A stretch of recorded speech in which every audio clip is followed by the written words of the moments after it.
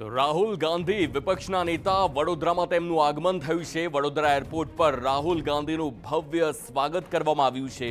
તેમનું જે પ્રકારે ગુજરાતની તેમની યાત્રા આદિવાસી અધિકાર સંમેલનને રાહુલ ગાંધી સંબોધશે અને તેના માટે તેઓ વડોદરા પહોંચ્યા અને ત્યારબાદ તેમનો આગળનો કાર્યક્રમ તે કાર્યરત રહેવાનો છે અને હાલ તે વડોદરા પહોંચ્યા છે। કોંગ્રેસના નેતાઓ તેમજ આદિવાસી આગેવાનો સાથે તે સંવાદ કરવાના છે અને આખી જે તેમનો કાર્યક્રમ છે તેની પર વાત કરવામાં આવે તો સ્થાનિક સ્વરાજની ચૂંટણી પહેલા રાહુલ ગાંધીનો ગુજરાતનો આ પ્રવાસ મહત્વનો માનવામાં આવે છે।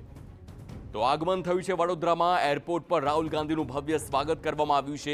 તેઓ આદિવાસી અધિકાર સંમેલનમાં રાહુલ ગાંધી સંબોધન કરવાના છે। વડોદરામાં આદિવાસી અધિકાર સંવાદ કાર્યક્રમમાં તેઓ હાજરી આપશે।